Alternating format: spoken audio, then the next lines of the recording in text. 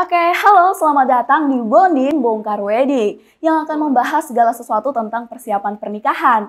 Nah, kali ini aku nggak sendiri karena di episode kali ini kita kedatangan tamu yang akan nemenin kita sharing-sharing. Oke, mungkin boleh dikenalin. Halo, ya, oke, nama saya Denny Cok, lengkapnya Denny Cok. Saya vendor dari fotografi Dreamlight. Fotografi Dreamlight ya. Gimana nih kabarnya? Kabarnya, alhamdulillah ini hari baik. Baik aja ya kok. Ngomong-ngomong soal fotografi nih, kalau Ko Denny ini udah berapa lama nih di fotografi gitu? Sudah berapa lama di fotografi? Kalau dari pertama kali kenal fotografi itu udah dari 29, itu gue sebentar. Dari tahun 80-an malah. Dari tahun 80-an? Iya, dari tahun 80-an. Dari zamannya masih sekolah itu, saya sudah mulai tertarik. Tertarik di bidang fotografi. Oke, tapi Koko ini ikutan mulai vendor dan lain sebagainya, itu mulai dari tahun kapan nih? Kalau untuk mulai di bisnis weddingnya sendiri sebenarnya tahun 91 sudah mulai sebagai freelancer sih. Freelancer, jadi udah mulai dari dulu banget nih ya sampai betul. Sekarang. Mungkin bisa diceritain kali ya sejarah singkatnya gimana dari tahun 91 sampai sekarang 2022. Oh ya, kalau sejarah singkatnya begini, tahun 91 itu kebetulan saya saya kenal dengan salah seorang fotografer dari Gramedia Group. Dia itu fotografer di majalah Produk Industri. Oh iya. Saya kenal baik dengan beliau dan beliau itu merupakan salah satu guru saya di bidang fotografi. Karena bergaul dengan dia dan dia punya bisnis sampingan selain di majalah itu sebagai vendor fotografi ya, saya ikut sama dia gitu. Itu berapa tahun tuh kok? Wah, lumayan lama. Saya 91 di situ sampai sekitar kurang lebih 97 atau 98-an. Berarti cukup lama ya, lebih dari 2 tahun. Cukup lama. Lama banget itu. Terus dari situ Koko mulai ngediriin studio sendiri? Iya, tahun 98 sih bukan disebut studio sih. Waktu itu saya sebagai vendor tapi base home-nya itu masih di rumah. Jadi masih home base aja, nggak ada kantor gitu. Tapi sudah mulai merambah sebagai vendor sendiri. Mengajukan kerjasama dengan rekanan-rekanan seperti itu. Oke, berarti mulai dari situ terus bertumbuh lagi sampai akhirnya punya studio nih kalau benar. Boleh. Nah, kebetulan tadi aku sempat scroll Instagramnya sedikit nih. Itu mulai ada Dreamlight Fotografi di Instagram itu tahun 2017. Itu kayaknya keskip lama. Itu kapan sih kalau Ko ini punya studio buat pre-wed atau apa gitu? Iya, karena kalau dari tahun 97-nya itu ya semenjak saya buka vendor di rumah gitu. Itu memang saya belum full time sebagai vendor karena berarti saya masih ada transisi enggak. Selain vendor tuh saya masih tetap freelance juga. Jadi saya tetap freelance juga dengan beberapa vendor-vendor lain. Jadi menjaga hubungan tetap gitu. Nah, di tahun 2017 mulai 2017 itu kan mulai sebagai vendor. Tapi tetap juga masih menjaga hubungan juga. Kalau masih komunikasi. Kalau yang studio sendiri itu sebenarnya baru sekitar 2-3 tahunan ini. 2020 awal. Baru baru berdiri sendiri yang di tempat yang lokasi tadi. Tapi gini kok, orang-orang kan kalau pandemi 2020 itu pada banyak yang gulung tikar atau apa ini pada akhirnya tutup mengurangi karyawan. Kalau Koko sendiri gimana nih? Apakah tetap bertahan di situ? Apa ada side job lain gitu? Saya sih coba bertahan aja. Tetap bertahan ya. Berarti keren banget nih bisa bertahan di pandemi. Berarti udah terbukti nih kalau Koko portofolionya banyak.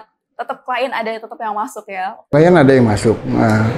Karena selain dari klien langsung itu saya lebih ke kerjasama dengan rekanan sih. Kerjasama sama rekanan. Iya, kayak bridal, venue gitu, catering gitu. Tapi berdasarkan pengalamannya Koko nih, rata-rata orang kalau pre-wed lebih suka tema yang apa sih kok? Kalau sekarang lebih suka yang ke tema-tema kasual, santai, gitu ya? Lebih simpel sih. Lebih banyak di indoor atau outdoor? Akhir-akhir ini di indoor. Kalau selama masa pandemi ini lebih banyak di indoor karena memang lokasi-lokasi outdoor kan sudah dibatasi ya. Kayak beberapa tempat untuk prewedding itu dibatasin banget. Tapi selama ini kan Koko udah lama nih terjun dalam dunia perweddingan. Ada nggak sih perubahan gaya orang suka prewed dari yang dulu sukanya nunjuk-nunjuk langit gitu kan? Dulu sempat viral. Iya benar. Sekarang udah ini. Mungkin dari Koko sendiri ada nggak sih? Berasa banget nih dulu gayanya kayak gini, sekarang kayak gini. Oh udah pasti. Setiap masa itu saya lihat sih memang ada perubahan-perubahan yang signifikan banget sih. Tapi gini. Seperti yang tadi, kalau kita mau bertahan di industri wedding, saya main di industri wedding kan udah boleh dibilang 10 tahun lebih ya, 10 tahun lebih. Senior. Nah, kenapa saya bisa bertahan dibanding teman-teman saya yang lain? Itu karena saya mencoba mengikuti. Ketika kita stuck dengan dengan idealis kita sendiri, ya saya seperti ini, kita nggak akan berkembang. Karena selera pasar itu kan berubah. Kita harus mengikuti selera pasar. Berarti si Dream Life fotografi ini mengikuti selera pasar juga. Betul. Ya? Tapi selama tren yang udah terjadi di foto-foto prewed, yang paling Koko suka yang mana sih?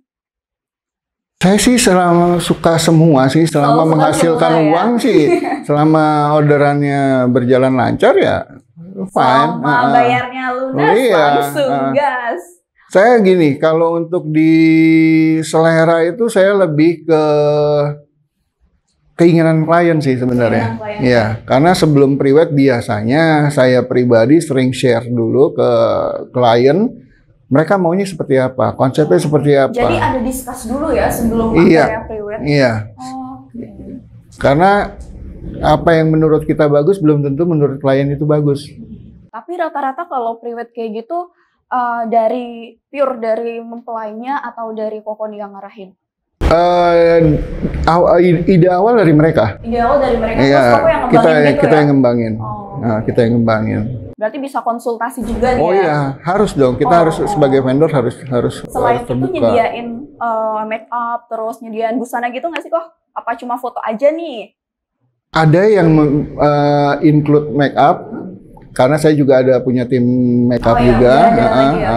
Ada juga yang dari klien sendiri.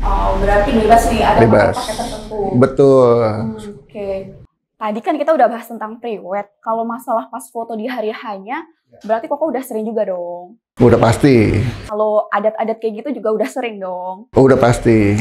Biasanya kalau dari Koko, adat apa sih yang paling bagus buat ditangkap di kamera, bidikan kamera gitu?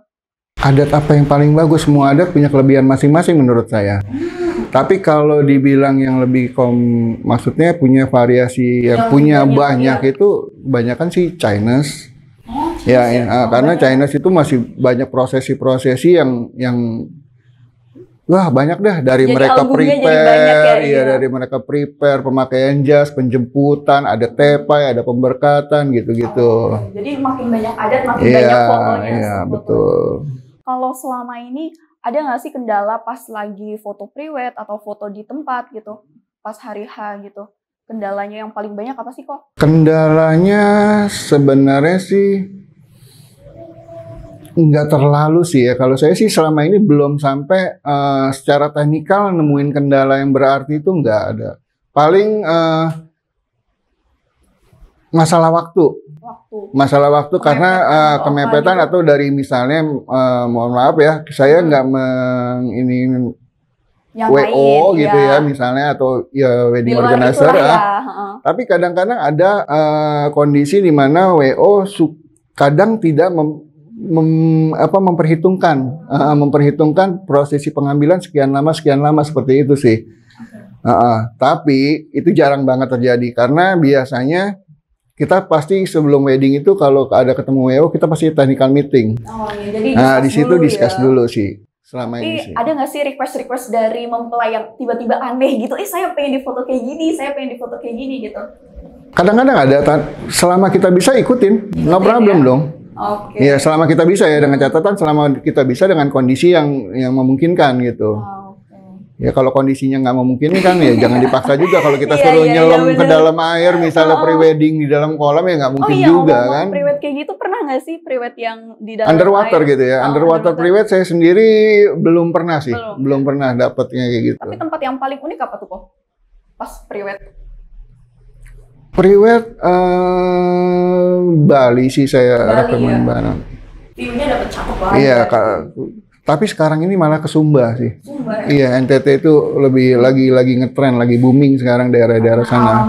Iya, kayak padang-padang gitu. Savana gitu ya. Oh iya, tadi kan aku udah nge-spill dikit tentang kendalanya. Pernah nggak sih Koko udah sampai rumah, semuanya udah jadi nih, tapi tiba-tiba filenya korup gitu, hilang gitu. Pernah nggak sih kayak gitu? Pernah ada ngalamin tapi nggak terlalu parah karena ada yang bisa di backup di recovery. Tapi ada juga misalnya kayak di kasus di video saya pernah ngalamin dulu suaranya nggak ada, suaranya nggak kerekam. Itu gimana tuh? Cuman ada ketolongnya lagi kebetulan waktu itu sih hanya pemberkatan di wihara ya waktu itu ya. Dan kebetulan sekali ya dari pihak wihara itu ada record suaranya. Jadi ngambil dari situ. Iya. Berarti nggak pernah nih outputnya ada yang kurang gitu. Selalu diusahakan maksimal ya. Iya, selalu diusahakan maksimal. Profesional banget nih udah terjun di dunia kayak gini lama. Oh ya, kalau ngomong-ngomong soal tadi udah wedding, Chinese yang paling banyak, paling unik. Kalau dari Koko sendiri, perubahan alat-alat tools dari yang dulu kamera kan gede ya, terus sekarang. Koko kesulitan nggak sih ngikutinnya atau ada adaptasi lain gitu? Tips and triknya buat teman-teman di sana nanti misalkan yang ngedengerin pengen belajar gitu. Adaptasi itu pasti butuh, karena memang setiap kamera kan pasti ada perubahan yang ada yang nggak terlalu banyak berbeda, ada yang juga yang jomplang banget. Di DSLR sendiri saya sebenarnya itu kan awal-awal saya mulai main di wedding, saya pengguna, boleh sebutin brand nggak? Boleh ya? Sebutin boleh aja. Sebutin brand ya? Oke ya. Nah, saya itu awal gear saya itu lebih banyak di Canon. Di awal waktu di DSLR ya, sudah mulai masuk digital. Tapi di tahun 2020 saya beralih ke Nikon. Kenapa beralih? Kenapa beralih itu banyak faktor sih sebenarnya. Faktornya karena waktu itu kan saya juga ada kerjasama dengan vendor fotografi yang namanya Brown Fotografi. Mereka investasinya lebih banyak di kamera Nikon. Dan karena untuk mengimbangi hasil, saya mau nggak mau harus merubah. Oh, berarti beda ya hasil kamera dari Canon sama Nikon? Karakternya pasti beda. Karakternya pasti beda. Tapi kalau buat foto-foto wedding kayak gitu bagusan yang mana, Pimpo? Selera. Selera ya? Iya, kembali ke selera. Kembali lagi ke selera. Karena ada yang suka Sony, ada yang ini. Tapi saya sekarang ini lebih ke Nikon sih. Lebih ke Nikon. Yes. Beda nggak sih bukan foto ya, kamera yang dipakai buat pre-wed sama pas weddingnya? Kalau saya enggak, sama. Buat aplikasi editnya apa sih kok? Untuk foto Photoshop lah. Ya udah pasti lah. Rata-rata dari dulu sampai sekarang standarisasinya lebih banyak Photoshop lah. Tetap bagus Photoshop ya? Iya. Oke. Terus ada lagi nggak sih tips-tipsnya buat kaula-kaula muda nih, misalkan pengen terjun ke fotografi vendor gitu? Oh oke. Kalau buat fotografer pemula ya, kalau kita fotografer pemula yang ingin terjun di bisnis wedding, salah satunya pertama mungkin adalah mengikuti komunitas-komunitas wedding. Iya, komunitas karena ke satu selain kita bisa belajar dengan rekan-rekan sesama komunitas, kita juga bisa membangun hubungan. Karena kan dari hubungan itu bisa ntar ada job sini, bantuin saya dong, bantuin gini gitu kan. Nah, seperti itu. Kedua ya kita harus di awal-awal itu yang pasti mau berkorban, dalam arti kata oke, nggak apa-apa saya mulai dari nol gitu. Kita belajar sebagai kita asisten, ikut-ikut dulu, pengen lihat dulu seperti apa. Karena wedding itu sendiri menurut saya nggak sekedar asal motret jadi gambar bagus itu, enggak. Karena wedding itu butuh banyak hal kayak prosesi, mesti memahami prosesi acara, mengerti pose, attitude juga dan lain-lain, banyak banget sih. Jadi step by step lah kita belajar ininya. Komunitas, terus belajar dari nol, dari awal, terus ada lagi nggak nih kok tipsnya? Saya rasa itu aja sih untuk awalnya sih. Tapi kalau sendiri ikutan komunitas gitu nggak sih? Apa kalau berdiri sendiri vendor? Oh iya ya. Saya ada ikut komunitas sih, beberapa komunitas wedding saya tetap ikutin karena satu ya itu menjalin hubungan dengan sesama fotografer lain gitu.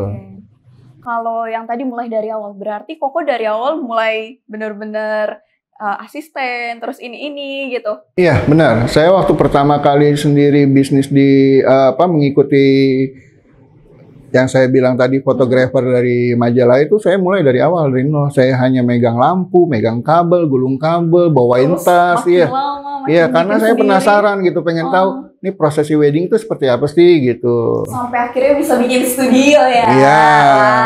Seru banget nih. Saya sebelum punya studio sendiri, malah saya sering nanganin beberapa studio di tempat lain gitu. Dipercaya buat menangani ya? Iya memang karena saya megang. Kayak di bridal tertentu memang fotografer untuk studio mereka ya saya, itu dia. Berarti udah patokannya Koko nih buat di situ. Iya, betul. Tapi sejauh ini nih selama karirnya Koko di dunia perfotografian, ada nggak sih suka duka yang nggak bisa dilupain gitu, yang selalu keinget terus?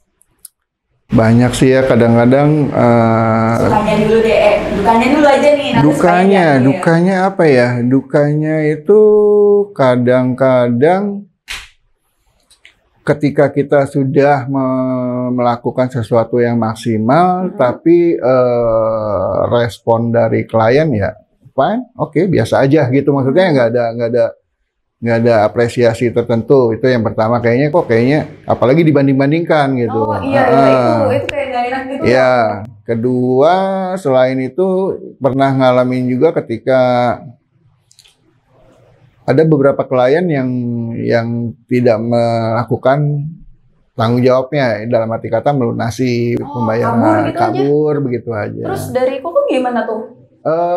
Memang sih posisinya album mereka masih tetap di tangan saya sampai sekarang juga masih ada. Ya udah hilang udah. Tetap itu ya, tapi ya sudah karena itu kan dari dalam 1 tahun misalnya kita ada 300-an weddingan, ya 1-2 biji ya fine lah, nggak masalah. Gitu aja sih, kita berpikir positifnya aja ya, karena rezeki nggak kemana kok. Iya benar. Itu aja. Kalau yang sukanya nih, sukanya, itu harapan fotografer wedding biasanya sih itu, angpau.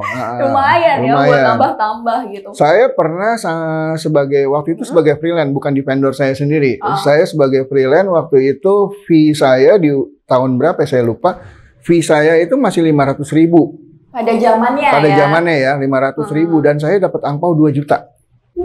Angpau sama fee-nya itu wow luar biasa gitu, banget. Berarti mempelainya mengapresiasi banget itu. Bener itu doang. Itu yang bikin wah kayaknya gimana gitu. Tadi gue seneng banget langsung dibelanjain. Anggap aja turun 4 weddingan waktu itu kan. Iya. Tapi sejauh ini mungkin sekarang Koko nih seminggu bisa berapa wedding sih kok?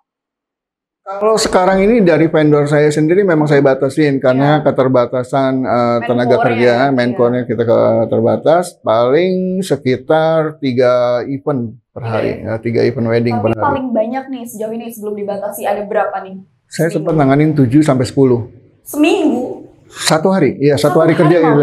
Waktu tahun 2007 itu tanggal 7 bulan 7 2007 memang hari rame kan ya. Iya, tanggal cantik ya. Nah itu saya nanganin 10 wedding. Mantap. 10 wedding hari itu. Banyak banget nih. Iya, dan kebetulan memang saat itu manpower-nya masih banyak yang bantu-bantu. Nah, mungkin biar teman-teman yang di rumah tahu, kalau Koko sendiri domisilinya di mana atau tempat studionya atau apa, biar nanti teman-teman yang rumahnya deket nih bisa boleh. Kalau saya sekarang ini ada di Ruko Royal Palem di daerah Ruko Royal Palem di daerah Cengkareng situ. Di Cengkareng ya. Iya, tapi kalau ada orang yang luar Cengkareng pengen datang, Koko bisa nggak datang? Silakan. Nggak masalah. Kalau dipanggil ke daerah luar bisa nggak kok? Saya pernah nanganin di Bandung, pernah. Di Bandung. Ke klien Bandung memang dia via Instagram. Ya dia booking, kita no problem. Tetap jalan acara ya, di sana. Tetap gas. Dimanapun selama ada perhitungannya budgetnya masuk, jalan lah. Oke, tadi kita udah tips buat orang-orang yang pengen mulai fotografi. Kalau buat mempelai-mempelai ini ada tips nggak sih dari Koko? Biar fotonya bagus gitu. Tipsnya sih sebenarnya gini, kekurangan dari, bukan kekurangan sih, yang biasa diabaikan oleh klien adalah menganggap sepele masalah wedding dokumentasi ataupun pre-wed. Jadi mereka hanya ketika mereka membuktikan klien sekarang itu booking foto biasanya kan one stop wedding ya dari paketan bridal. Oke, saya mengambil bridal A, udah include foto video, ya udah selesai, tinggal hari H jalanin acara. Padahal nggak segampang Padahal itu nggak semudah itu. Jadi saya sih lebih menyarankan kepada klien-klien wedding pengantin-pengantin ini, walaupun kita sudah dalam one stop wedding, nggak ada salahnya loh kita sebelum hari H technical meeting kah atau share kah gimana dengan vendor-vendor fotografinya, dengan vendor-vendor lain. Jadi gitu biar kan. hasilnya lebih maksimal gitu ya. Betul. Biar lebih all out gitu. Betul, karena kan kita sendiri ketika hari H nggak tahu gambarannya seperti apa kan kita bingung juga ya. Wah, ini penting banget nih buat orang-orang itu yang penting sih. Oke, mungkin karena kita udah ngobrol panjang lebar, kayaknya bakal seru sih kalau dilanjut soalnya kok kan pengalamannya udah banyak banget. Nah, mungkin karena keterbatasan waktu, jadi mungkin lain kali kita bisa sambung ya, Siap. Nanti bisa calling lagi datang ke Bonding. Pasti saya akan selalu. Oke. Makasih Koko. Nah teman-teman mungkin itu aja untuk podcast hari ini, untuk episode kali ini. Jadi misalkan besok-besok mau tahu nih tips-tips tentang fotografi atau tentang seputar pernikahan, jangan lupa buat tetap pantengin terus Bonding di YouTube-nya feeding.co karena nanti akan banyak sekali persiapan-persiapan gitu. Gimana sih caranya biar kita tuh lebih well prepared dalam pernikahan. Nah, sampai jumpa di episode berikutnya dan bye-bye. Dadah!